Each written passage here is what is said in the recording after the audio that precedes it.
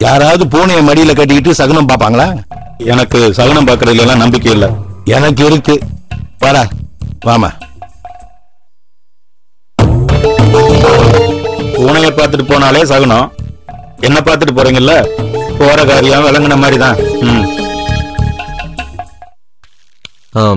அப்பா கொஞ்சம் பொறுமையா பேசுங்கப்பா. ஏன்னா இவங்க வீட்டுல எல்லாரும் அடிக்க வர மாதிரியே பேசுவாங்க. எனக்கு அந்த அனுபவம் இருக்கு. உனக்கு மீராவை கல்யாணம் பண்ணி வைக்கிறதுக்காக நான் அடி வாங்கறது கூட தயாரா இருக்கேன்ப்பா. சும்மா இருங்க அங்கிள். அப்பா கொஞ்சம் வீராப்பா பேசுவாரு, அதுக்கு கோவப்படாம இருந்தாலே போதும்.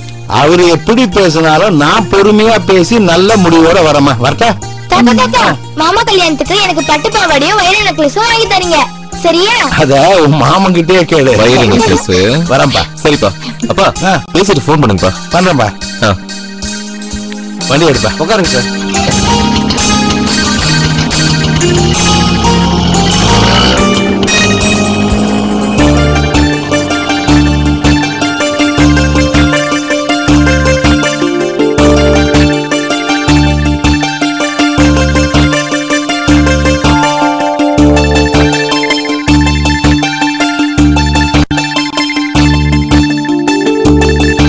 ரெண்டு பேரும் பார்த்தது போதும், பொண்ணு மாப்பிளையும் உள்ள வாங்க.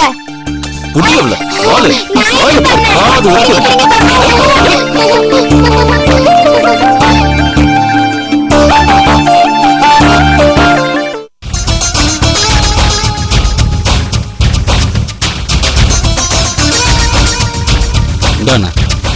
வேலை எல்லாம் எப்படா போயிட்டு இருக்கு?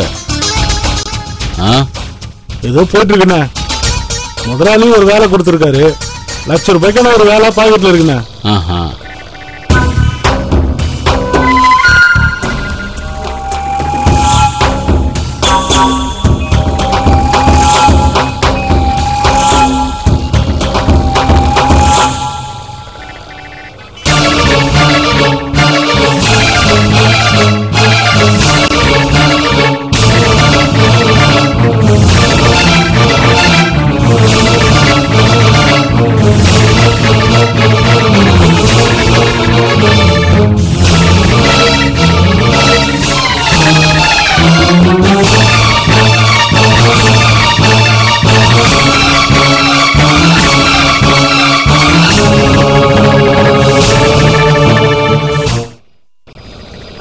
அவ்வளவுதான்டா.